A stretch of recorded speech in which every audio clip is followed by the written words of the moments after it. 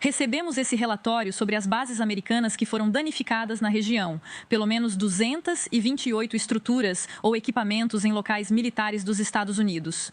Militarmente, isso é algo enorme ou é mais impressionante só no papel? Não, não, não, é grave. Os americanos terem 16 bases em 8 países onde houve danos, mais de 200 equipamentos que foram destruídos ou danificados, hangares, depósitos de munição. Isso é enorme, com aviões que custam centenas de milhões em alguns casos.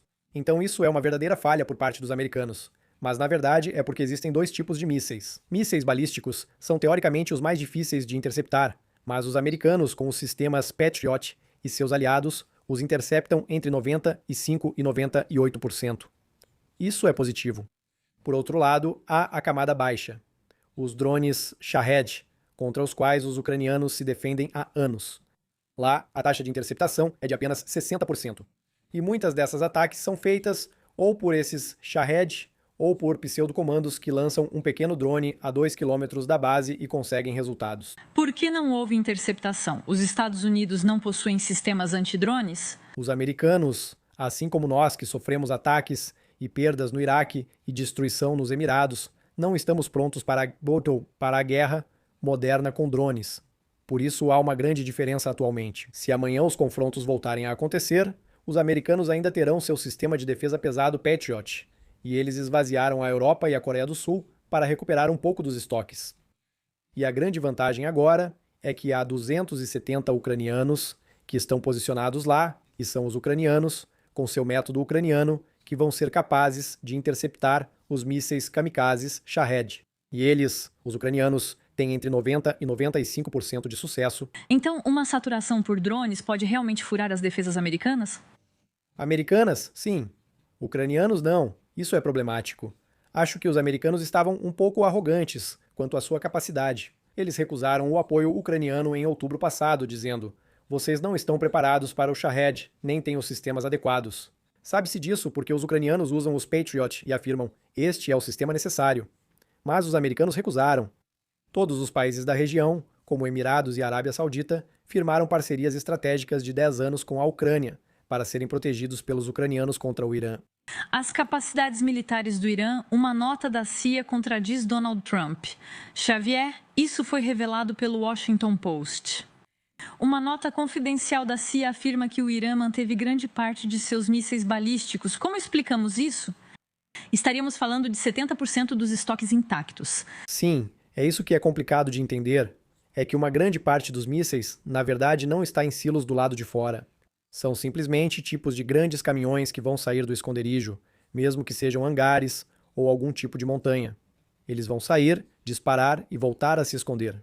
Sem um meio de destruir instantaneamente, você não sabe para onde ele vai, nem consegue rastrear sem um drone para ver onde ele se esconde. E então, mesmo que as entradas desses túneis tenham sido destruídas, os iranianos, desde que houve o cessar-fogo, ganharam tempo e têm novamente a possibilidade de tirá-los. E isso é um verdadeiro problema. Se os iranianos realmente ainda têm 70% do seu estoque disponível, isso significa que eles têm mais vetores para atacar do que o que resta no mundo inteiro de mísseis de defesa Patriot.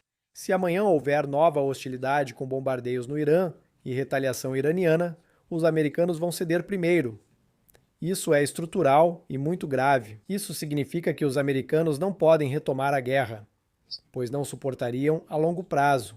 E no plano econômico, como acabamos de dizer, a CIA também mencionou um elemento interessante que é o seguinte: de fato, a situação é catastrófica, a população sofre, mas eles dizem que os iranianos podem aguentar ainda de 2 a 3 meses no ritmo atual, apesar do bloqueio.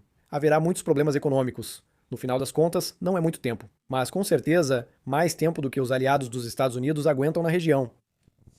Cuidem dos clientes, vou voltar ao meu vídeo. Vai ser realmente necessário uma operação terrestre para alcançar e atacar essas instalações subterrâneas ou não?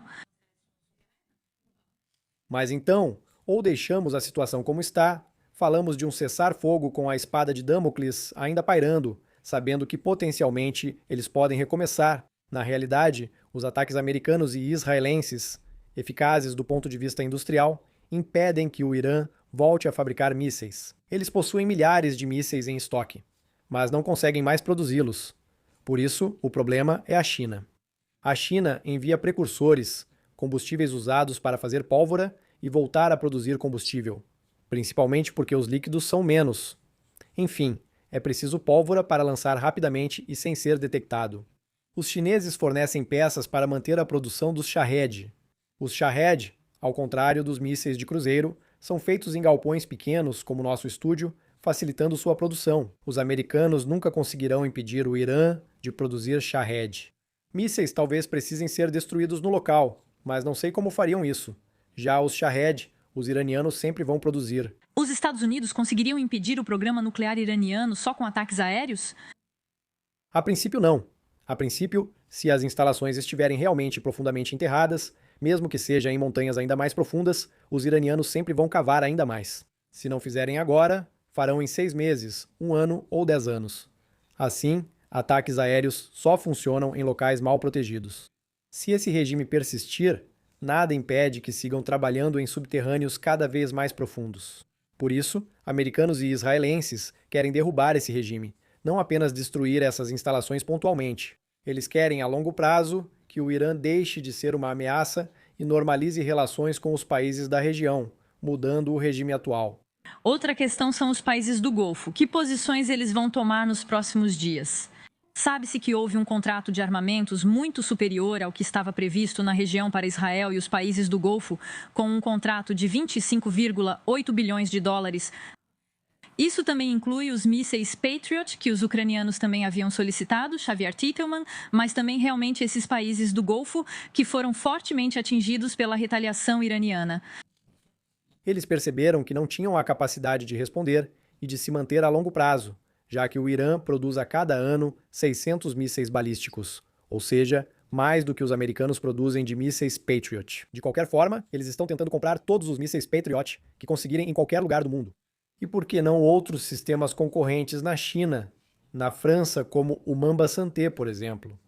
E também com a Ucrânia, que voltou ao jogo com parcerias para fornecer sistemas adaptados. Pour les Shahed en particulier. De qualquer forma, haverá um enorme fluxo de equipamentos que terão que ir para a região, e estou pensando em caças, em sistemas de mísseis RR, para interceptar também os mísseis de cruzeiro.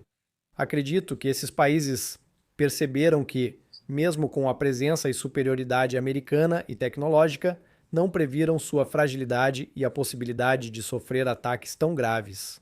O maior medo desses países é o futuro, que os ataques não se restringam às infraestruturas americanas em seu território, mas também cada vez mais sobre sistemas de produção de petróleo, gás e equipamentos de dessalinização. Nesse caso, a população não consegue se manter.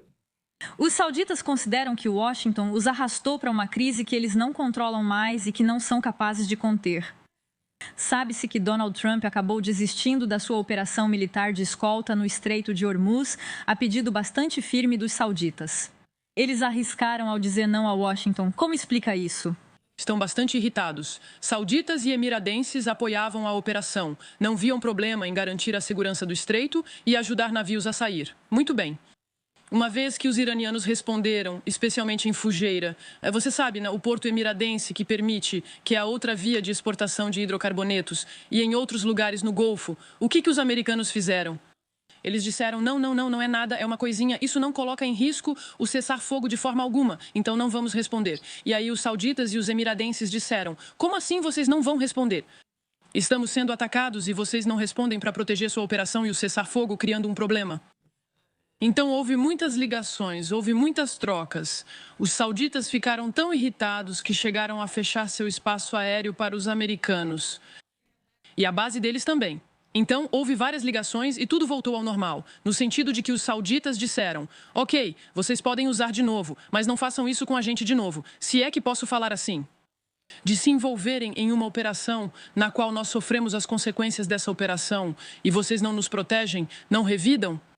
Então, os americanos e os sauditas conversaram sobre isso, mas a situação ficou bem tensa. Por que essas bases são essenciais para os Estados Unidos nesta guerra? Eles não são capazes de conduzir operações de bombardeio contra o Irã sem essas bases. O objetivo é fechar a área e realizar operações, muitas vezes antiterroristas, no Iraque e perto da Síria. Assim, os americanos precisam estar presentes para garantir o fluxo de petróleo. Nesse caso, isso significa que, em solo, Eles necessariamente têm caças, aviões de reabastecimento, possuem locais de infraestrutura com radares para detectar a chegada de mísseis. E tudo isso, logicamente, os americanos não contavam com isso. Não esperavam ter que sofrer ataques iranianos. Eles esperavam ter uma dominação, uma supremacia aérea como tiveram durante anos e anos. Mais uma vez, porque não prestaram atenção ao que aconteceu na Ucrânia. Eles não esperavam encontrar Shaheeds, nem que um infiltrado iraniano próximo pudesse lançar um drone. Todas essas bases, inclusive as nossas e as dos russos na Operação Spiderweb, não conseguem lidar nem com ataques simples feitos por drones kamikazes de 500 euros. Justamente indo para a Ucrânia e a Rússia, Donald Trump anunciou hoje à noite 3 dias de cessar-fogo entre os dois países, já que há um desfile tenso do lado da Rússia. Em Moscou, em 9 de maio, preparam 100 tanques sem equipamentos pesados, enquanto ataques de drones ucranianos se aproximam da Rússia. Por trás da encenação do Kremlin, alguns veem isso como um sinal de fragilidade. No entanto, já havia rumores do lado ucraniano de que poderia haver ataques nesse dia. Os russos retiraram parte da defesa do teatro de operações, especialmente os sistemas Pantsir, das estações de petróleo para protegê-los em Moscou. Os ucranianos intensificaram os bombardeios a infraestruturas petrolíferas menos protegidas, alcançando resultados inéditos e maior eficácia nos últimos meses. Além disso, há 2 dias, os ucranianos tentaram entrar em Moscou e conseguiram passar pelas 3 camadas de proteção superior, uma atrás da outra, e conseguiram atingir um prédio que ficava a apenas 3 quilômetros do Kremlin. Atualmente, os russos enfrentam grandes dificuldades e temem bombardeios, inclusive esta noite, antes do grande desfile deles. E ontem, quando os russos estavam treinando para o desfile deles, simplesmente os soldados que desfilavam a pé, eles tiveram alertas aéreos enquanto estavam treinando. Então, hoje, há uma verdadeira inquietação porque os ucranianos ganharam muita força. Desde o mês de março, é importante saber que os ucranianos disparam mais mísseis de longo alcance do que os russos. Há, de fato, uma inversão do medo entre os dois beligerantes. A Ucrânia? Que atingiu muitos alvos inimigos, como você mencionou, Xavier Teitelman, que armamento ela utiliza? Existem 2 principais tipos de mísseis. Os Firepoint, FP-1, que são drones, e o Lute, fabricado pela Antonov. O Lute teve sua furtividade aprimorada, dificultando a detecção pelos russos. São produções ucranianas? São produções 100% ucranianas.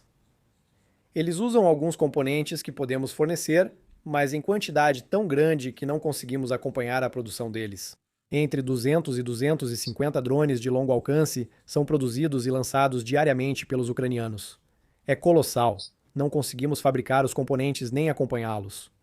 A segunda categoria são os mísseis de longo alcance. Historicamente, eles tinham os mísseis Scalp, etc., mas que são limitados a 300 km. O melhor que conseguimos fazer é 300 km. Os ucranianos têm o míssil Flamingo, 1 tonelada a 3.000 km. E hoje, eles já fizeram disparos a mais de 2.000 km, com os primeiros alertas terrestres em CRAs que ficam muito distantes da Ucrânia. Obrigada a vocês dois por terem estado no estúdio.